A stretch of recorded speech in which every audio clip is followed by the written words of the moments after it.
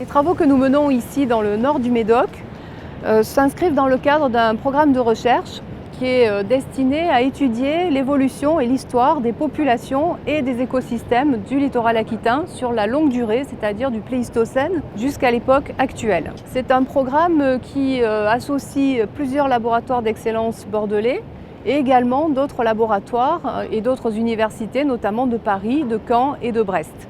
Si nous avons décidé de travailler sur cet espace littoral aquitain, c'est précisément parce qu'il s'agit d'un objet d'étude et d'un terrain d'investigation commun à nos différentes équipes. Et c'est aussi un milieu extrêmement vulnérable qui connaît des changements extrêmement rapides, d'où l'intérêt de s'intéresser à cette évolution du paysage sur la longue durée et en rapport avec un certain nombre de sites archéologiques qui se situent également dans le même espace. Ceci nous permet d'appréhender un peu mieux, en croisant les données archéologiques et les données environnementales, les facultés d'adaptation des communautés humaines par rapport à leur environnement et d'éclairer un peu mieux aussi les problématiques tout à fait actuelles du changement climatique.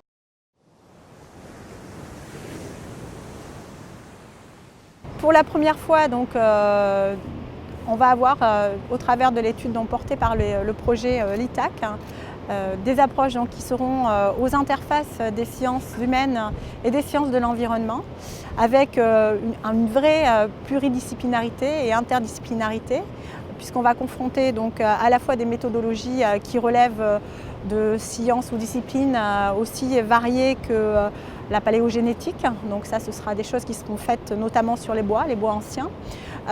Des disciplines qui sont également plutôt portées par traditionnellement ce que l'on appelle l'archéologie, donc avec l'historique de tout ce qui est industrie humaine et culture humaine. Et puis également donc, des approches paléo-environnementales qui visent à reconstruire les processus de dépôt, donc, qui permettent de constituer donc, ces empilements de couches où sont piégés donc, ce matériel archéologique.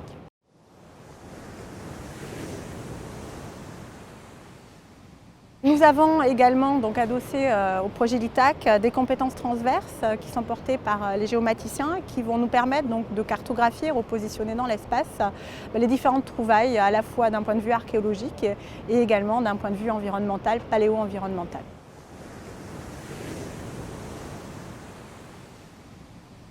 Ma tâche ici est de détailler les formes de relief en bordure du littoral. Alors ces formes de relief sont complexes puisqu'elles sont dépendantes de plusieurs agents de dépôt et d'érosion.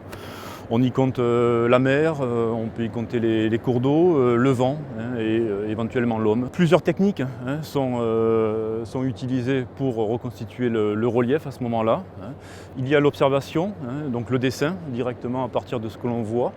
Il y a également des relevés beaucoup plus précis qu'on va faire avec des appareils de type LIDAR ou GPS.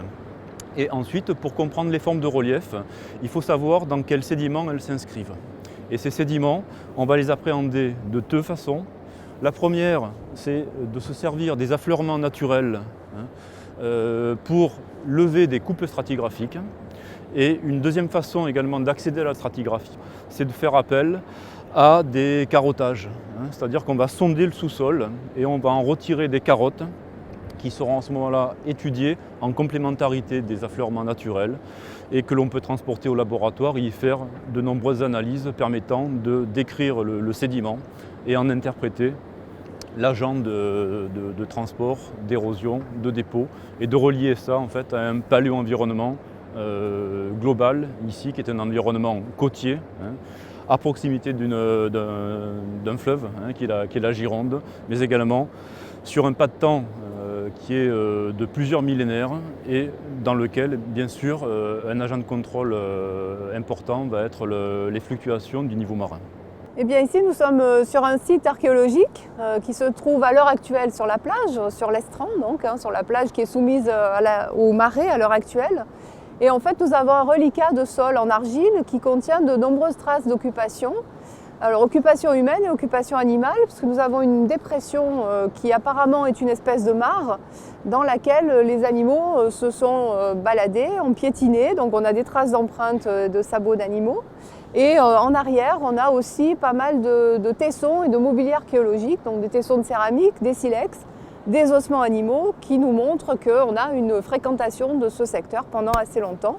Et c'est ce que nos étudiants là, de l'université sont en train de dégager pour qu'on puisse dater ce niveau d'occupation. Alors les étudiants que vous voyez ici sont des étudiants de master et de doctorat qui travaillent déjà avec nous sur nos programmes de recherche.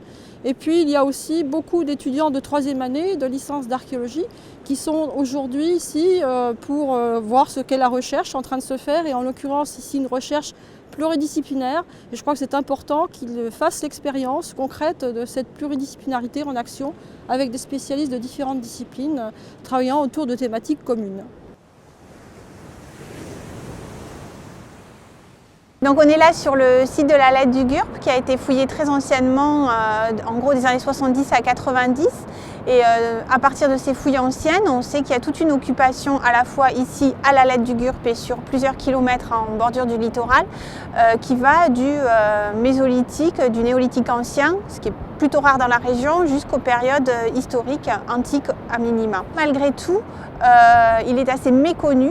Et c'est souvent, hélas, à la faveur d'événements climatiques comme ceux qui sont survenus lors des grandes marées de ce début 2014 que des opérations archéologiques peuvent se mettre en place et qui sont là pour essayer de sauver ce que l'océan détruit. L'intérêt du programme l'ITAC est justement d'avoir permis une adaptation très vite d'une opération de terrain sur ce qui reste de ce site majeur au regard de l'archéologie régionale, et de permettre aujourd'hui de retravailler sur la lecture de ces coupes de façon à avoir une vision complètement réactualisée, croisant les données des paléo-environnementalistes avec les données plus traditionnelles de l'archéologie, donc mobilier, céramique ou lithique.